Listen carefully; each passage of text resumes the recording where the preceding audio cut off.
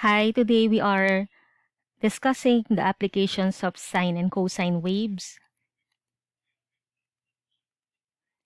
And let us observe how the Ferris wheel is in relation to sine and cosine. So, which aspect of the Ferris wheel is shown along the horizontal axis and which is shown along the vertical axis. So here notice that the time that the Ferris wheel takes to go around is the horizontal axis, and the vertical axis shows the distance it has traveled. And notice that after reaching the highest point of the Singapore flyer, it goes down to the lowest possible height, then going up again till it reaches the maximum. Let us give the amplitude and period here. Let us pause for a while so you think it over. Be reminded that the amplitude is the distance from the midline to the maximum point, which is the height of the waves, right? So therefore, the amplitude here is 3 units. And then the period has something to do with one complete cycle. So notice here that it completes its cycle at 1 pi, which is pi, and that's 180 degrees before it starts repeating the same pattern from here. And then here in the second example, the amplitude is 2 units because it shows the distance from the midline to the highest point we call peak. And here the period is until 360 degrees. So this is repeated for every 360 degrees. Now let's have the applications in number 1. The peaks of an ocean wave are 8 feet higher than the troughs. The horizontal distance from one peak to the next is 20 feet. So we note that the period is a distance, and so it is referred to as the wavelength. So notice that the horizontal and the vertical axis contain units both in feet. So here we identify the amplitude as 4 feet because it says in the first sentence that the peaks of an ocean wave are 8 feet higher than the trough, meaning to say that halfway is the midline. And we know that the amplitude is the distance from the midline to the peak, which is 4 feet. And that the period is 20 feet because it says in the second sentence that the horizontal distance from one peak to the next is 20 feet.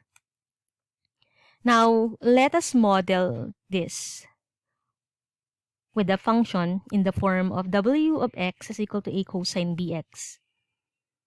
Okay, so we identify the a and the b part from the amplitude and the period. So, the amplitude is related to the a part and the period is related to the b part.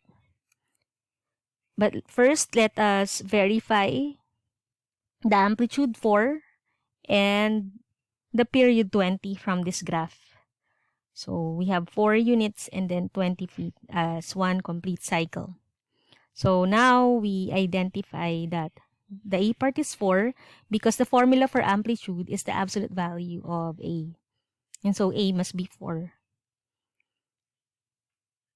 You might be wondering why not negative. Okay? It's because of how we identify that the distance, the one cycle is from peak to peak in the second sentence. The horizontal distance from one peak to the next.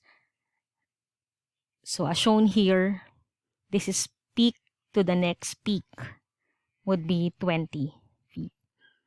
And that the B part is found by equating the period with the formula 2 pi over B, absolute value of B. And so we get pi over 10. And then here we're supposed to find the W, which is the height of the wave when x is equal to 16 feet. Meaning when the wavelength is 16 feet. So we replace the x with 16. Make sure that when you type this in your calculator, make sure that you type cosine pi over 10 times 16 first, then press the equal sign, then times 4. Or if you would like to type 4 first, make sure that you put the cosine function, including 16 with parentheses. So 1.24.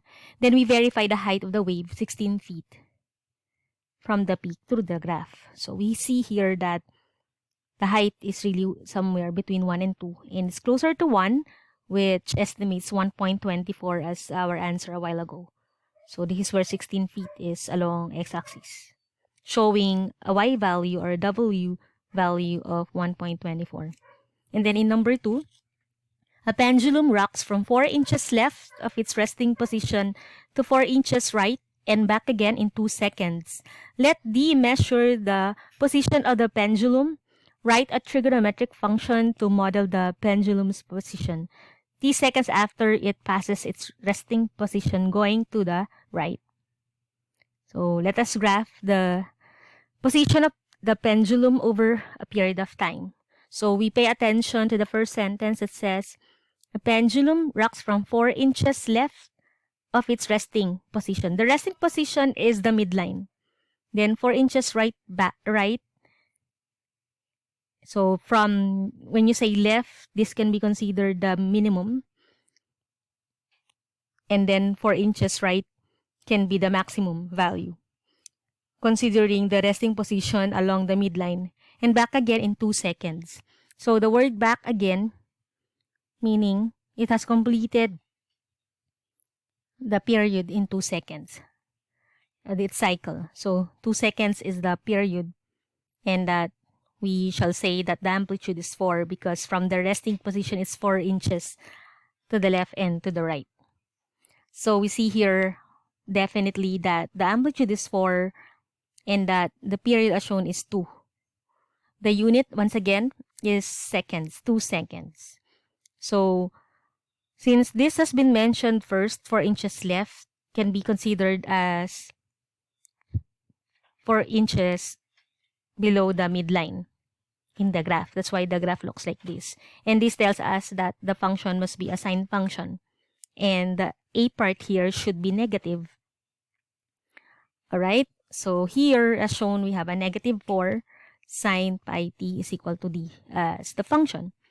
So we were able to identify the a part already from the graph and from the given that it says 4 inches left of its resting position. And then we identify the b by equating the period 2 to the formula of the period 2 pi over the absolute value of b. Isolating b, we get b is equal to pi. That's why this becomes pi t. Okay, then we use the model to find the position of the pendulum after 5 seconds. So that will mean we change the t to 5 or substitute 5 to t. So we get 0. So this will be at its resting position in 5 seconds. We verify it in the graph. We see here that the y value or the value for d is 0, which is along the horizontal axis when that is at t equals 5. Now, let us read the problem in page 466 of number 80 of the textbook. Okay, so respiratory cycle. For a person at rest, the velocity v in liter per second of airflow during a respiratory cycle, the time from the beginning of one breath to the beginning of the next, is again considered the respiratory cycle. It's modeled by v is equal to 0.85 sine pi t over 3, where t is the time in seconds. So here we find that the b is pi over 3 because it's the coefficient of t. Remember, the formula is sine b t. The b part is pi over 3. And then the a part is 0.85. Now, here we find the period by replacing b with pi over 3. So this one is 2 pi divided by pi over 3. Take the reciprocal of the b part and proceed to multiplication. So 2 pi times 3 pi, canceling the pi, you get 6 seconds, is one complete respiratory cycle. Then we find the number of cycles per minute. How do we do that? So we need to know the number of 6 seconds here. There are in 1 minute. So that's 60 seconds divided by 6. So there are 10 cycles per minute because there are 10 sets of 6 seconds in 60. So again, one full respiratory cycle is 6 seconds. Then we find the number of cycles per minute. That's 10 cycles per minute. So we verify it in the graph. We see here that one complete cycle is 6 seconds and that the amplitude is somewhere between 1 and 0.5, and it's closer to 1, which can be a good estimate of 0.85. Here, this is to show you the number of cycles there are in 1 minute, and we should see 10 cycles in all. Okay? So apply all of these in the other number, which is number 79 of the textbook. So let me read with you the problem. For a person exercising the velocity v in liter per second of airflow during a respiratory cycle, the time from the beginning of one breath to the beginning of the next is modeled by v is equal to 1.75 sine pi over 2t, where t is the time in seconds. Inhalation occurs when v is greater than 0, and exhalation occurs when v is less than 0. And this is the question A. Find the time for one full respiratory cycle. So let us pause this video. Continue only when you're done solving to check. There is also an answer key at the back of the book. Alright, for number 79. Again, continue only when you're done with A. So here is the solution for A, which again, the B part is pi over 2. So replace the B part in the formula for period, which makes this 2 pi divided by pi over 2. Take the reciprocal of pi over 2, so 2 pi. Proceed to multiplication. Cancel the pi, so you get 4 seconds. And then we find the number of cycles per minute. Then pause this video again. Continue only when you're done with the task. Alright? Again, the answer key is also found at the back of the textbook. So here, we shall find out how many 4 seconds there are in 1 minute for us to know the number of cycles there are per minute. So here, we see that there are 15 cycles in all. So sketch the graph, and we see again that one complete cycle is 4 seconds as shown because this part has already been repeated from this part. And we also see that the amplitude, the height of the wave, is between 1 and 2, and it's closer to 2, which is a good estimate of 1.75. Now, how do you relate life in general to sine or cosine waves? Share your thoughts on this in the share board of this channel. Okay, thank you, and I hope you learned a lot.